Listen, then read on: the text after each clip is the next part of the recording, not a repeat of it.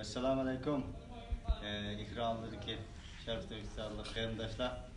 Bugün eğer faaliyetimiz için daha bulursa, eğer şimdi günü bu işi cayda iki faaliyet oldu. Üstüde özümüzden Uygurlar, Şarkı Türkistanlıklar için bir günlük bayram, ehemmiyetlik bir gün namlı faaliyetimiz oldu. İkinci kıdımda bizden Yaşa Uygur teşkilatımızdan sahip kalıgıda uğurlaşıyotgan bir faaliyet. Onun yanında bu kıtımda pestiki muşu zalga bayağı 2 saatnin yağı Abdülüm kardeşimiz ekegen bütün lozun kulunun hemmini tam bu çaplap hayatı özümüzden kiyim giyeceklerine ait nesneleri çizip teyyak koyduk. Eğer gollan diyerliklerge kilonlar deyimiz başkalarına jıraktın köyronlar deyimiz salam deyimiz. Kağını Abdülüm kardeşim yapıyor.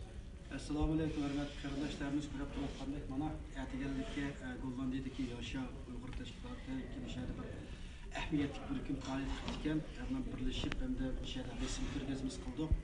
Hani kurab turatkanlık Amsterdam Dam Meydanı'ndaki bütün şu lozlikler hazır tamlık esiyatçılar, meşehirde daha hatta hemisi meşehirde bağlanan şey. Bütün lozlikler, matamacı bütün lozlikler var. Bu faaliyetin asaslığı hem şu Zeys şehrdeki yerliklerge Şarkı Türkistan'ı bulavatkan kırgınçılıklarını anlatıştan birge Uygur medeniyetine ait faaliyetler, Uygur müzikleri, yemek içmekleri, Uygurların kiyim-keceklerini gösterdi.